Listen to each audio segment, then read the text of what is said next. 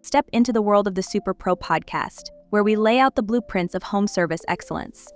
Join us as we break down the wins and struggles of pros who are at the top of their game. Put their wisdom into practice as you build your company's success.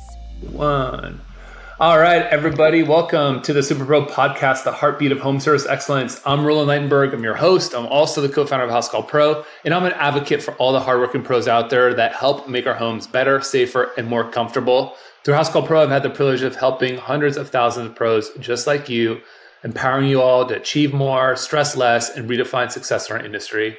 Today, I am super excited to welcome Frankwin Hooglander. It's a Dutch last name, just like my last name. He's the owner of Treasure Valley Solutions, a company well known for its personal and exceptional customer service in audio and the TV industry. Your guys' goal is hitting $2 million in revenue for 2024 with 3 trucks on the road with 3 employees. You've been using Housecall Pro for a little bit here. You've got a background in software and automation and testing. We're going to dive into some of those questions. I'm super excited to have you on the show. Thanks for coming on, Frankwin.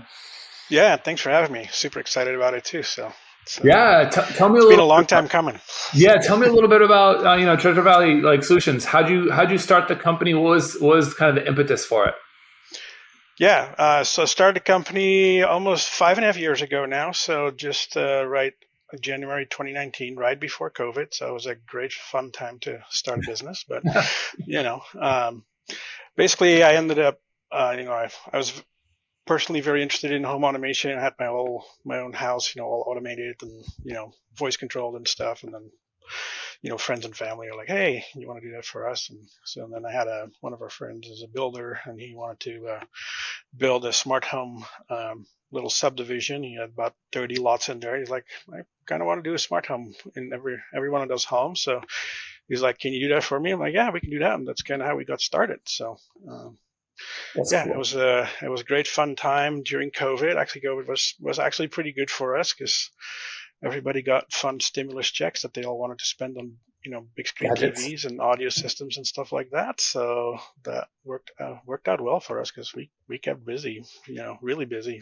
Yeah. We did a lot of TVs, a lot of TV mounting during that time, a lot of Ring doorbells for people to have contactless, watching the food being delivered and all that stuff. So we did a lot of wanting to know who's at your door. Do you trust them? Do you want to let them in your house? Right. All that kind of stuff. You want to shake their hand and stuff. Yeah. Uh-huh. Yeah. So we definitely tried to take a little bit of advantage of that. Like we did a lot of installing voice control systems so people wouldn't have to touch light switches so they wouldn't spread the virus and stuff like that. The people that were afraid of that. So we found all kinds of somewhat creative solutions to kind of help us out during that time. So since then we've grown. We at some one point we did have 4 technicians and a couple of salespeople, and then the economy kind of took a little bit of a turn, so we scaled down again, and now we're back at scaling back up again. So I think there's always scale up, scale down, different waves of the business. But it sounds like you guys really took advantage, of those tough years. I think there's a lot of businesses that wish that didn't happen, but obviously for folks that are stuck indoors all the time, you got to be entertained. You got to have a cool home. It's got to be a nice setup, and I can definitely see people just investing their checks right back into their homes. Yep. Yeah, it happened a lot. So what was your source of marketing? How did you get out there? You're going to hit $2 million this year as your goal. How are people hearing about you? Where is all this demand kind of coming from? How are you able to do that? Well, we have pretty good website, and we really optimized our Google business profile as well. I did a lot of research on that, and that seemed to be the best way to get a lot of people actually finding you, because obviously everybody uses Google to find businesses. And from the beginning we've really heavily focused on getting reviews on that Google My Business page. So I think we have over 300, I think we're 309 right now. So. And that helped us out. And then we did we had some good relationships building with realtors and builders and things like that in the region. So we joined local home builders associations. There's 2 here in the area, so we joined that. Kind of network with builders and other other home professionals, things like that. So that got us some good leads in. We did a little bit of advertising. We did some Valpak. I don't know if you've heard that, but it's a little blue envelope that you get in the mail. We did some advertising in that, and some other print media, but mostly it's, I would say probably 70% of our business is referral based. So we get a lot of referrals from existing customers. Wow. And then everybody else just kind of finds us on Google and Facebook, and we try to keep all that stuff updated. So. Yeah. So what percentage of your like gross revenue do you think you spend on marketing or so, that kind of activities? I think on average we try to spend between 5 and 8% on marketing dollars. So that's kind of seems to be about the, talking to the experts. That's kind of what you're supposed to be spending. So, we try to kind of follow the experts, since they know what they're doing probably. So yeah, sure. Yeah, no, I mean, I hear the same, 5 to 10% is roughly that sweet spot if you're looking for growth. Right. Obviously, 70% of your business is based off of referrals, so you could turn all that off and still do just fine. In fact, the more people that you serve over time, it compounds, which is the beauty of the referral business. So. That's only going to grow over time. I think a lot of folks out there that are listening today, they're like, well, how do I get involved with like the local groups or local builders groups? How do I get more involved in my community? How did you do that? Well, I was fortunate that my wife was actually the membership director at one of the local building contractors associations. That helps. Yeah, sure. So it definitely helped. And I had already, we'd been together for several years before I started the business. So I had already kind of gone through some of the social events with her and stuff. And then, when I decided to start the business, it was like, okay, well, I really should probably join this organization. But yeah, every state should have multiple, building contractors associations. You can go to the, and they're all part of the Home Builders Association, so the National Association of Home Builders, NEHB. So you can always go to nehb.org to kind of figure out what the builders associations are in your area, in your state. So there's like 9 in Idaho, and Idaho is not that big as far as population goes. So I know in California there's like 70 or 80 home builders associations. Oh my gosh.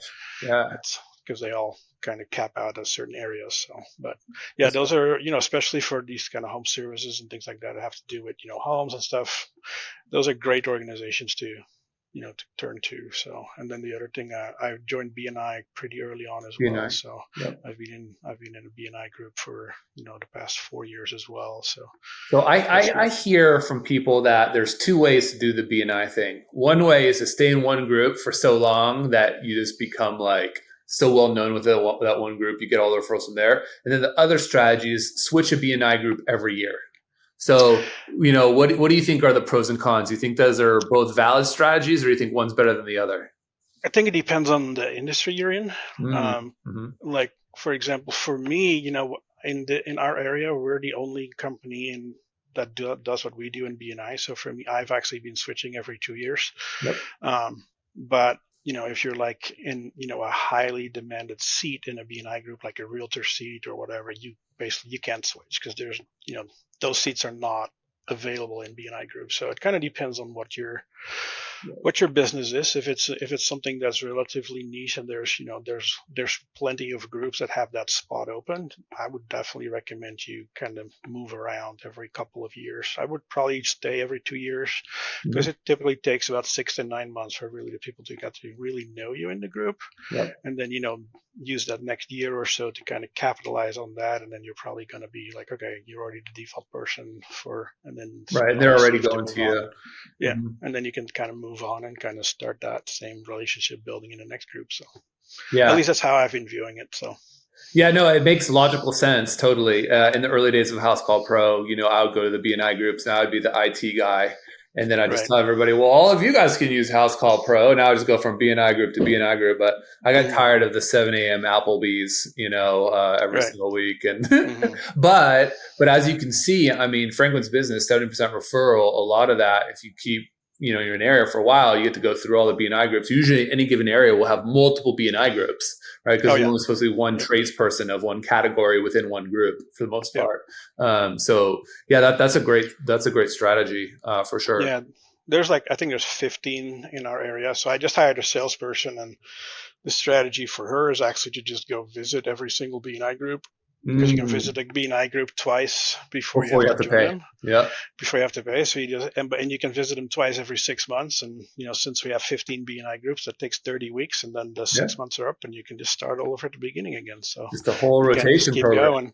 And that, for us, that works really well, because like I said, we are the only business that does what we do that's even thinking about BNI, which I like to keep that way. So if anybody that does home automation in Idaho, just don't listen to this part. That's right. Yeah, don't do this. Don't do this. That's great. What are some strategies that you found? Like, how have you been able to find employees that are as into home automation as you are? Because this is like your own passion that you transformed into a business. But are you just finding people that have like good people skills and then training them into it? Or are these people that are kind of nerdy, geeky, techie and like playing with all the latest and greatest and configuring like all the in-home stuff?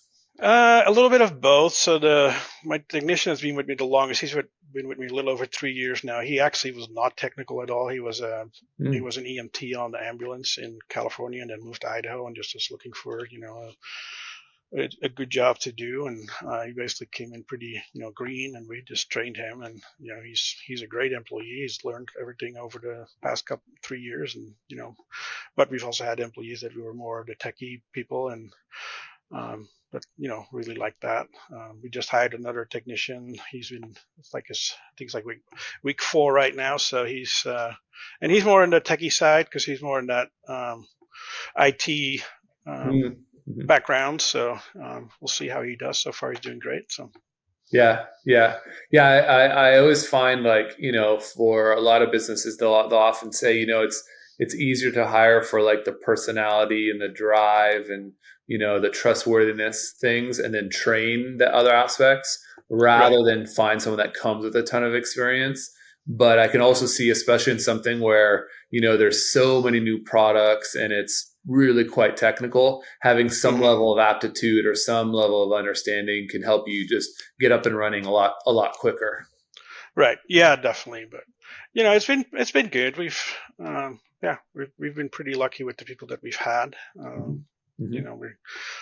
We had several that were great that unfortunately had to move on because of family circumstances and things like that. But else they would have still been working for us probably. But so that's, sometimes you just have to deal with that.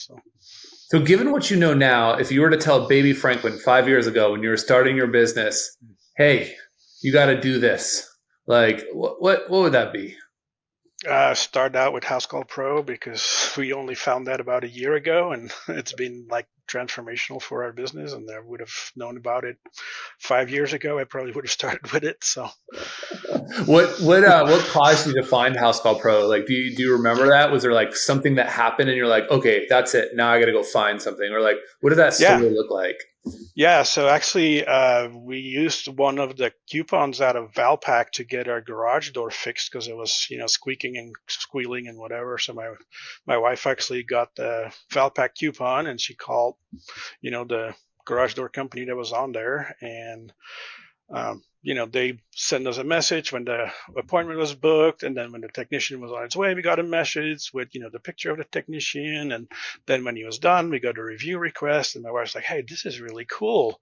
I'm like, yeah, that is really cool. And she showed me all the messages and stuff, and I'm like, I wonder what software they use. And so she just called the company up and asked them, hey, what are you guys using to do this? And they told us Housecall Pro, and then that's basically how we got started with it. So that's a fun story. Yeah. I love it when some of my friends, they'll book a service professional and they'll be like, hey, look, you see, it's powered by Housecall Pro, and I feel like, that inbound virality, just like being able to provide a great service really leaves an impression, and that allows you to charge the prices that you want to charge. And so just those simple customer communication automations makes your business look like it's far bigger than it actually is, but you can still charge, those prices because you're delivering a better service. Exactly. Yeah. And we had, certain things already, but, we were using probably like 6 or 7 different pieces of software that I kind of, put together. And, since my background is in software development and stuff, I was able to get some of those things working together, but it certainly was, required some maintenance, and I had like 6 different subscriptions I needed to deal with and Yeah, stuff like that. So it was like, then then. it made And it sense. wasn't as good as Housecall Pro was because, it's like, hey, this is really cool. One of the things that impressed my wife the most was just a picture of the technician. It's just like, yeah, that makes super cool sense. So, Yeah. Yeah. And I mean, look, you're allowing someone into the threshold of your home, yep. and imagine if you're not home and your wife's there alone, like just Yeah, being able to exactly. see like the person that's coming, the person who's knocking on the door, you're like, okay, all right, I can open the door now. Right. Yeah, exactly. So, Mhm. yeah, I think it, establishes a trust relationship, and it makes it, a much better experience for both the customer and for my technicians too. So, That's right. So, tell me like a little. You know a lot about House Call Pro. Definitely like the technical side. We'll jump into that in a second. But like, what's something that you think not enough pros know about, but you think is just like super valuable and underrated?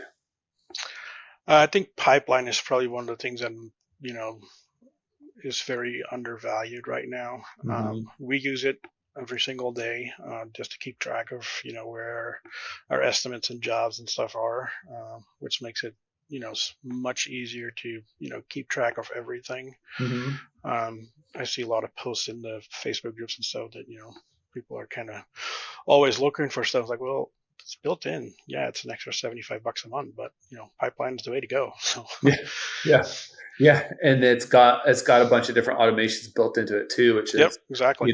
it. I feel like oftentimes you may leave an estimate, but there's so many pros that just have like unsold, unclosed estimates, and I'm like, oh, if you could just get one out of every two or three or four of those, like Yep. you'd pay for 10 years of Right. pipelining Yeah, exactly. in one Yep. job, Mm-hmm. just easily there. Yeah. Yeah. Yeah, and we immediately started with pipeline because the software that I was using previously had a pipeline feature, so I was already kind of used to that. So, Yeah. except the software that we were using previously was like 5 times as expensive as Housecall Pro, so we saved a bunch of money too by switching. So,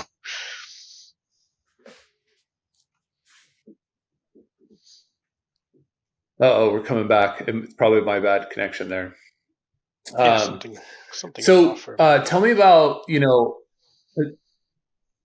it just went off. It's okay. It's recording in the background and it'll upload it a little bit later. What when it comes to automation, you've been really vocal in the communities that are out there, just around automations in general. Even so vocal, you started a brand new company just around it. Tell me like a little bit about how you saw that like need or that problem out there and what you're really doing to solve it. Yeah, I definitely. Like I said, I had software background, so I had already built a lot of automations in the previous software I was using, and then got Housecall Pro. Like, oh, it's got an open API, so that's nice. So I can basically just continue, working on getting stuff automated that is not already automated. Like you said, there are certain aspects of the software that definitely has some automation already, like pipeline, which is great to, have those automatic follow-ups and stuff. But there's, a bunch of other parts of the software that don't have, the automations are not the right ones or things like that. So yeah, I basically ended up building a custom Zapier integration that I just used for my own, for Treasure Valley Solutions for the business to build all those automations. And then I was kind of talking about it sometimes in the Facebook groups, and then people are like, "Hey, I want to do that as well."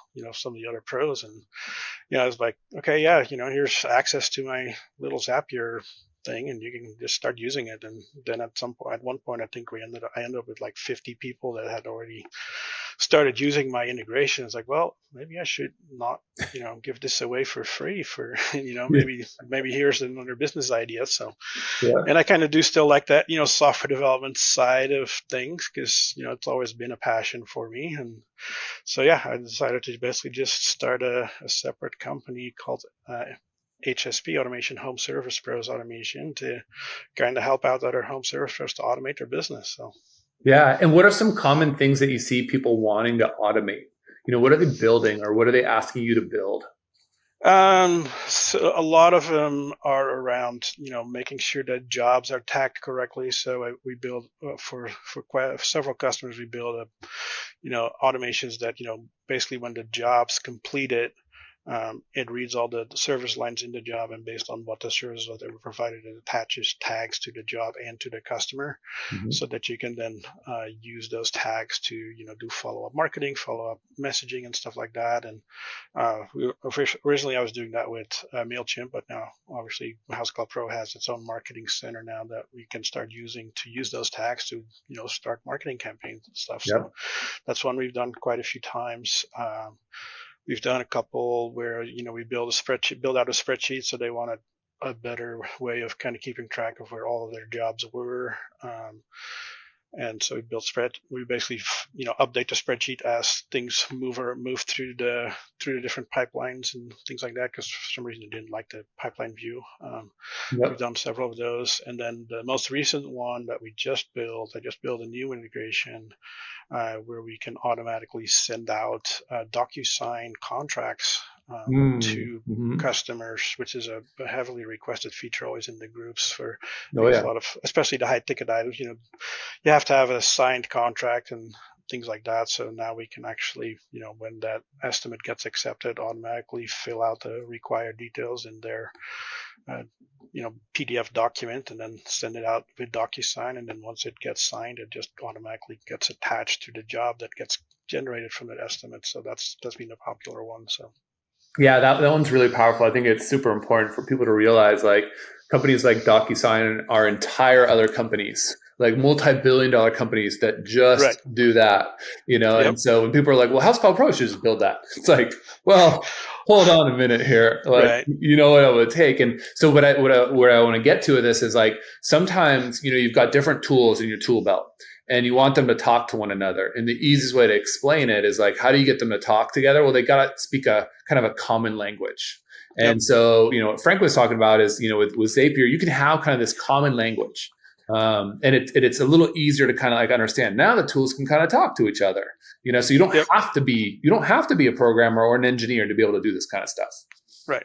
Yeah. Zapier is pretty, well, for me, it's pretty easy, but, I have a software background. So, I've definitely worked with customers like, oh, you say it's so easy, but I don't understand that. So I'm like, well, let us just take care of it for you, so that way you don't have to understand it. So that's right. That's always a good, and that's one of the things I actually just finished reading this book. It's called Who Not How, which is I think is a very powerful book as well. Which is like basically the premise is don't try to do all the things yourself. Find the who that can do it for you, and just have them do the things that they specialize in, and you go do the things that you specialize in, and grow your business, and don't spend a little bit of money to get that service taken care of, and then you can spend those hours or weeks or months that you would try to figure this out on your own to do the things that you really need to do to move your business forward. And I've been really trying to implement it in my own business more and more now too. So just trying to like, because I definitely am one of those people that's like, oh, I can figure out how to do this, but I really shouldn't. Yeah, no, I think that's a really great analogy. I think, for a lot of folks that are listening too, if you think about like a general contractor, like they're not the best plumber, they're not the best electrician, right? They're not the best drywaller, they're not the best framer, but they know enough about each to not be, BS'd about things, and can tie the entire vision together, repackage it, add 20 to 30% on top of that, and boom, resell it, and act as that like interface layer. And so similar in the same way, I mean, I love the who, not how, which is like, who do you know that can do these things better than you? You got to know kind of what you got to ask for, right? You can't be blind to it. But by knowing who, you can work on what you're best in, right? Which in the GC's case is interfacing with a customer and networking and finding the right steps. And managing the project, because most GCs are very good at actually managing the project and keeping people accountable to timelines and stuff, which is a skill that you have to have. But most contractors don't have those skills, and that's why they have a GC to kind of keep them in line. So. That's right. So you're super active in all of the communities. I see you in the Superpro community. I see you in the Housecall Pro community. I see you in like other communities too. What about kind of these communities and groups? Like, why are you doing that? And what's the value maybe for other pros that are like, why I don't want to be on Facebook. I got to do my work. For me, it's, I like to give back to the community. I learn a lot. I have a pretty broad background, and I like to help other people out, other pros out, and that's kind of also what we do with my business. Like we help people solve problems, and I like doing that, and giving back to the community, and just kind of share my wisdom, I guess, if you want to call it that way. So, just I Your think it's specific knowledge, your specific knowledge, right. It's like to me, it's I don't know, it's all, I've always been that way, that I always want to kind of just share my knowledge, and help other people, move their businesses forward, or move whatever forward. So it's just something that's part of my personality, I guess. So yeah, I like doing that, and just kind of helping people out. So. Yeah, I think like for a lot of folks that are listening to this that might not even be using Housecall Pro, or earlier on in their Housecall Pro kind of careers or business building, or they just found Housecall Pro, one of the things that we offer are these communities where you can interface with other pros, just like Frankwin, who like have specific knowledge in a thing. Because if you just come to Housecall Pro and you ask our blue chat bubble, we're not using the software all day in the field every day. Like we only know what we know. But another pro is using this sort of advanced workflow every single day. And so if you're asking someone that actually uses it, you're going to get a much better answer much more quickly, because that's like the reality of it. And hopefully, down the line, you'll have a question, and you can ask, and then someone can help you. And then, and that's the point of building this unique community. And it's fun to see, the different like backgrounds of people, what people are really good at. There's folks that are just really good at the trade. There's folks that love software, kind of like you in automation, but you happen to be in the trades. So you kind of get a whole mix inside of the community. Yep, definitely. And I think that, it makes it, and the community is great. Housecall Pro, the Superpros, and I actually just early this week joined the Conquer program as well. So oh, nice. You're probably going to see me active there as well. So since I just joined that group, so yep. And for those that are listening to, like, Conquer is part of our coaching that we have, and because our mission is to champion all pros to success, we know that when you join the trades, you're joining the trades. You might be good at a trade, but you might not know how to build a business. In fact, most of us never really learned formally how do you build a business, right? And how do you keep track of things. And so, having a coach and having a mentor and having someone that can hold you accountable is super important, not just to your personal development, but just for your business own development too. Yep, definitely. Yeah. And I think that's one of the other things that has helped, me to be successful in my business. After about 9 months, I did find a business coach, and I've had that business coach for, the past 5 years almost, because I didn't know how to build a business. I knew how to do all the technical stuff, but I never owned a business, never built one, didn't even, I had no idea what, a P&L was and stuff like that. So, I had a business coach that really helped me out and got us onto that track to, now basically be $1 million a year business that's, shooting for 2. So. Yeah. No, I love it. I almost feel like those are great parting words of wisdom. Do you have anything else you want to share with the pros out there? Anything you want to pitch or say? Yeah, I think another thing that's been very helpful for me is just reading books. That's one of the things that my business coach instilled in me too. Is like, there's a lot of books out there with knowledge, especially on learning how to build a business. So, I think it says most successful entrepreneurs read like 60 books on average a year. So that's been my goal for this year. I think we're in like week 28, and I'm on my 28th book. So, you're keeping up. I'm keeping up so far. So I got 24 more to go for the year. So if you had to pick your number 1 and number 2 out of that 28, what are they? Right now, the ones that I've read this year, probably number 1 would be 10x is easier than 2x. Mm-hmm. And then the other one that I'm in the middle of right now is called, what's it called? What can I think of it right now? Well, I'm drawing a blank. Let me look it up on my phone real quick and see what the book is that I'm actually listening to, because I don't necessarily read the books. I mostly do Audible just because I drive around a lot. Yeah. The Miracle Morning, that's what it's called. So Miracle Morning it seems like a great book, and I'm going to definitely start practicing it. It's basically, to start out your day the right way with, a little bit of meditation, a little bit of reading, a little bit of exercise, and getting into the right mental state before you really start off your day. I'm going to give it a whirl. So. That's great. Well, I'm glad you recommended those books. My personal favorite, I've got lots of favorites, but one I always recommend is Naval Ravikant's Almanac. And he's someone who you'd really enjoy. He'd probably be your number one book this year if you end up putting it on your list. I'm going to have to put it on my list. I'd never heard of it. So Now you know. Yep. Well, I'll go download it on Audible here pretty soon. So. It's probably on there. All right. Well, Frankwin, thank you so much for sharing some of your wisdom, some of your knowledge, your tips and tricks. If you want to find Frankwin on any of our Facebook groups, you just post his name and you can tag him. I'm sure he'll respond. He's super helpful. Sure. He's always there. As always, look forward to seeing you around. And for everyone listening, tune in for another show next week. All right. Okay. Thanks everybody. Have a good one. Bye. The Superpro podcast is brought to you by Housecall Pro, the leading platform for the home service industry.